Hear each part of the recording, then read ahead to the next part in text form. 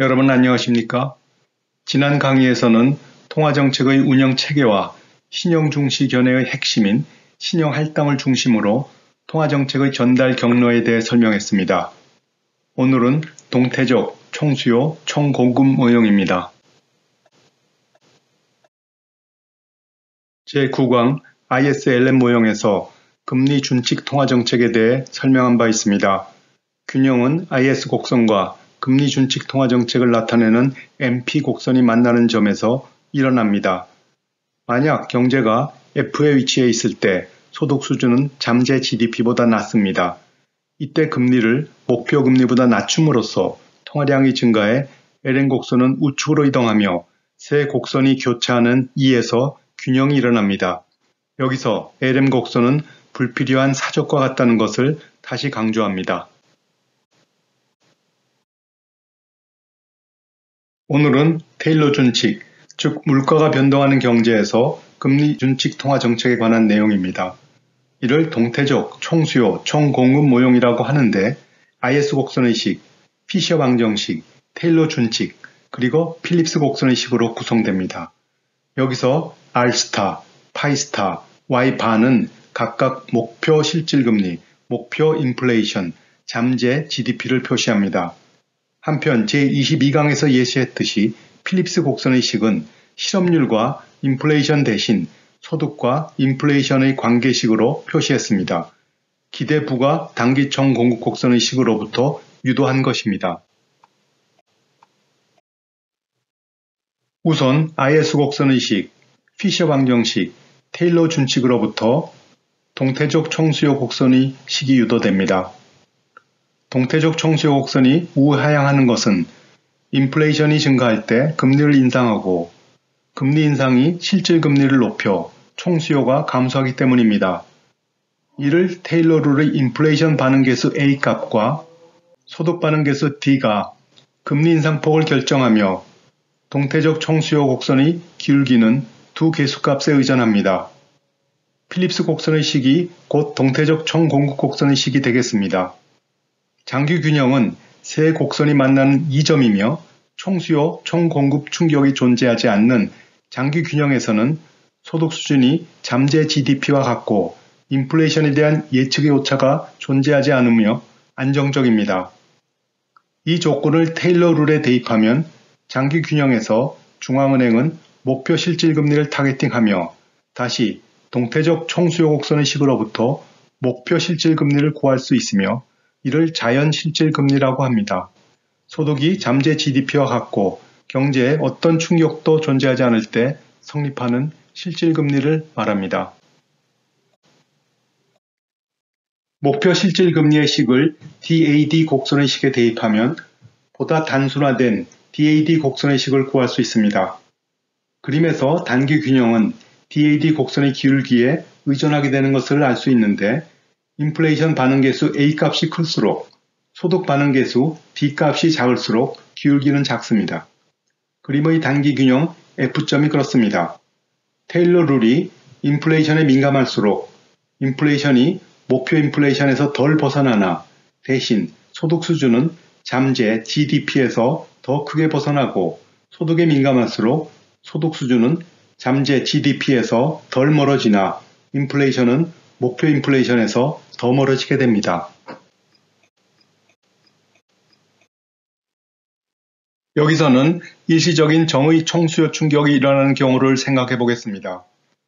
만약 총수요 충격을 충분히 예상했다면 경제는 기존의 장기균형 2에서 새로운 균형 2-로 다시 기존의 장기균형 2로 복귀하게 됩니다. 당연하지만 DAS 곡선, 즉 필립스 곡선의 식으로부터 예측의 오차가 존재하지 않는 것을 알 수 있습니다. 한편 만약 이 충격이 금기에 일어나고 차기에 다시 원상 회복된다고 가정하면 그림에서 보시다시피 이 파이 플러스 1에는 아무런 변화가 일어나지 않습니다. DAD 곡선의 식으로부터 일시적인 총수요 충격에 따른 인플레이션의 증가분을 추정할 수 있습니다. 한편 이 충격에 따른 DAD 곡선의 이동을 DAD 곡선의 식으로부터 구할 수 있는데 구한 수평 이동과 수직 이동의 크기로부터 통화정책 반응 계수 AD는 모두 이동폭을 제한하는 것을 알 수 있습니다. 그 이유는 DAD 곡선에 테일러룰, 즉 통화정책 반응 함수가 내재되었기 때문입니다.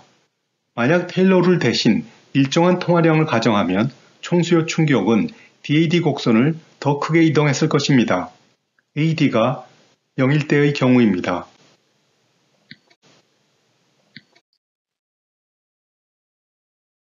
한편 일시적 총수요 충격이 전혀 예상치 않은 것이라면 균형은 2에서 F로 다시 2로 복귀합니다. 이때 전혀 예상치 않았기 때문에 기존 기대 인플레이션에 아무런 변화는 없으며 앞의 경우와 마찬가지로 다음 기에 총수요 충격이 사라지기 때문에 E 파이 플러스 1도 변하지 않습니다. DAD, DAS 곡선의 식으로부터 총수요 충격에 따른 소득과 인플레이션의 증가분을 구할 수 있습니다. 구한 값으로부터 정책 반응 계수 AT가 DAD 곡선의 기울기의 크기에 각각 반대로 작용하나 모두 총수요 충격을 제어하는 것을 알 수 있습니다. AD가 0일 때와 비교해 보시기 바랍니다.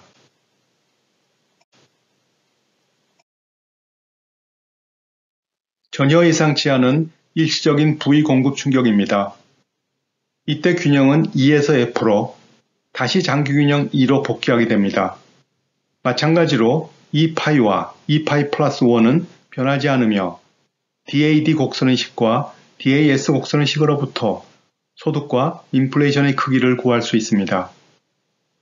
앞의 총수요 충격과 다른 것은 인플레이션 반응 계수 A는 인플레이션을 낮추는 대신 소득 감소폭을 확대하며 소득 반응 계수 B는 소득 감소폭을 줄이는 대신 인플레이션을 높이는 요인으로 작용하는 것입니다. 이것은 서로 다른 기울기를 가진 DAD 곡선을 생각해 보면 쉽게 이해될 수 있습니다.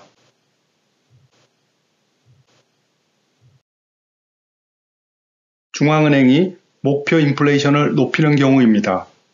사전에 경제 주체들에게 공지되었다고 가정할 때 균형은 2에서 2-로 항구적으로 이동합니다.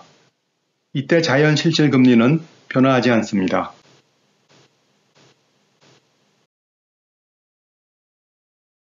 지금까지 합리적 기대를 가정했습니다만 여기서는 적응적 기대, 즉 오늘의 기대 인플레이션을 어제의 실제 인플레이션으로 내일의 기대 인플레이션을 오늘의 실제 인플레이션과 같은 경우를 가정하겠습니다.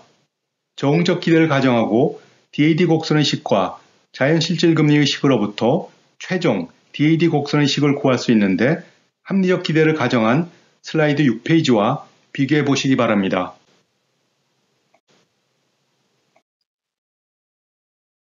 적응적 기대하에서 일시적 총수요 충격은 균형을 2에서 F로, F에서 G로, 그리고 G에서 장기균형 2로 이동합니다.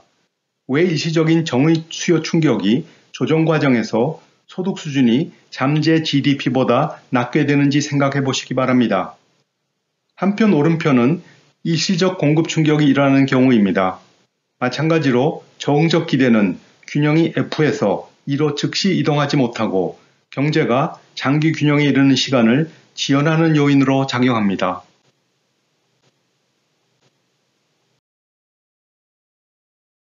중앙은행이 목표 인플레이션을 상향 조정하는 경우입니다. 합리적 기대와 달리 경제는 단기균형 F로 이동 후 장기균형 E-로 더디게 이동합니다. 목표 인플레이션이 높아졌기 때문에 중앙은행은 금리를 인하하지만 장기균형으로 이동하는 과정에서 다시 금리는 상승하기 시작해 새로운 장기균형에서 금리는 목표 인플레이션의 상향 조정분만큼 상승합니다. 한편 실질금리는 단기균형에서 자연 실질금리보다 낮습니다. 그래서 호황이 온 거죠. 이만 마치겠습니다.